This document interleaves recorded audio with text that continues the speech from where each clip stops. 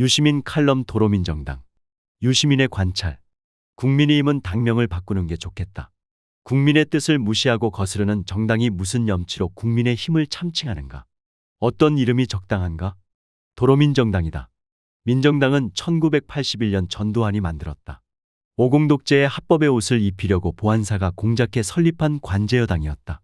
1987년 대선에서 노태우를 당선시켰던 그 정당은 1990년 김영삼의 통일민주당과 김종필의 신민주공화당을 흡수해 민자당이 되었다. 35년 전에 사라졌으니 오늘의 2030 세대는 잘 모를 것이다. 민정당은 전두환의 심부름센터였다. 민정당 국회의원들은 전두환에게 머리를 조아려 공천을 받았다. 국민의 세금을 월급으로 받으면서 부패와 독재의 앞잡이 노릇을 했다. 이념에 사로잡힌 정치적 확신범은 많지 않았다. 돈과 권력을 얻으려고 국회의원이 된 정치업자가 대부분이었다. 그들은 대한민국이 아니라 독재자에게 충성했다. 국익이 아니라 사익을 추구했다. 민정당은 공익단체가 아니었다. 전두환에게 부패와 독재의 떡고물을 얻어먹는 이익집단이었다. 국민의힘은 모든 면에서 민정당의 법통을 계승한다. 우리의 민주주의가 발전하고 성숙해왔던 35년 동안 헌법에 충성하고 민주주의 원칙을 존중하는 보수정당으로 성장한 것 같았지만 착각이었다. 국민의힘은 판에 박은 듯 민정당과 닮았다. 둘 모두 자신에게 전적으로 결여된 것을 당명으로 내걸었다. 민주정의당은 민주주의를 파괴하고 정의를 짓밟았다. 국민의힘은 국민의 뜻을 거스르고 국민의 힘을 무시한다. 12월 7일 밤 국민의힘 국회의원들은 윤석열 탄핵안 의결을 보이콧함으로써 도로민정당이라는 정체성을 분명하게 드러냈다. 도로민정당 국회의원들은 원조 민정당 국회의원들과 마찬가지로 헌법이 아니라 권력자에게 충성한다. 국익보다 자신들의 이익을 앞세운다. 가치나 이념이 아니라 저마다의 사익을 추구한다.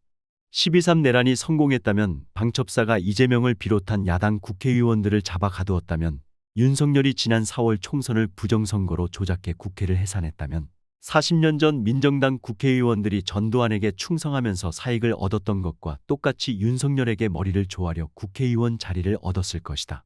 기괴한 친위 쿠데타가 실패로 끝나면서 윤석열의 권력은 무너졌다. 대통령 자리에 있지만 그는 이미 대통령이 아니다. 어떤 경우에도 내란죄 처벌을 피할 수는 없다. 한동훈 대표와 도로민정당 국회의원들이 그걸 몰라서 탄핵을 거부한 게 아니다. 그들은 윤석열을 지키기 위해서가 아니라 자신들의 이익을 지키려고, 정권이 민주당과 이재명에게 넘어가는 것을 막으려고 탄핵을 막았다. 도로민정당 정치인들에게 이재명은 공포의 대상이다. 윤석열과 한동훈은 법으로 이재명을 죽이려 했지만 아직 성공하지 못했다. 반드시 성공한다는 보장이 있는 것도 아니다. 테러범 김진성이 칼로 죽이려 했지만 이재명은 9.4일생 살아남았다. 친윤 언론이 펜으로 죽이려 했지만 국민은 민주당과 이재명에 대한 지지를 거두지 않았다. 지금 윤석열을 탄핵하면 이재명이 대통령이 될 가능성이 높다. 국힘당 정치인들은 이것을 두려워한다. 사람 좋아 보이는 문재인도 적폐청산을 명분으로 자신들을 그렇게 괴롭혔는데 이재명이 권력을 잡으면 오죽하겠느냐고 걱정한다. 그래서 내란 숙의 윤석열은 껴안을 수 있지만 대통령 이재명은 받아들이지 못한다. 다시 말한다. 도로민정당 국회의원들은 헌법과 국익이 아니라 권력과 이익을 섬긴다. 그들이 원하는 것은 민주주의가 아니라 국회의원 자리다. 국회의원 자리를 받을 수 있다면 내란 숙의한테도 얼마든지 충성할 수 있다. 원래 그래서 도로민정당에 들어간 사람도 있고, 원래는 그렇지 않았는데 도로민정당에 있으면서 그리 된 사람도 있지만 어떤 경우든 행동 방식은 차이가 없다. 만약 40년 전이라면 그들은 전두환에게 복종했을 것이다. 만약 북한이라면 3대 세습 김씨 정권의 수족이 되었을 것이다. 도로민정당 정치인은 누구한테도 그 무엇에도 충성하지 않으며 오로지 자신의 이익만 추구한다. 그래서 12월 7일 밤 윤석열 탄핵을 거부했다. 일단 윤석열을 대통령 자리에 둔 채 한동훈 대표가 한덕수 총리와 손잡고 국정을 운영하면서 법원이 이재명을 정치적으로 제거하는 판결을 내리면 곧바로 윤석열을 사퇴시키고 대선을 치르려고 한다. 그러나 사태가 그들이 원하는 대로 흘러가지는 않는다. 윤석열은 권력을 내려놓을 사람이 아니다.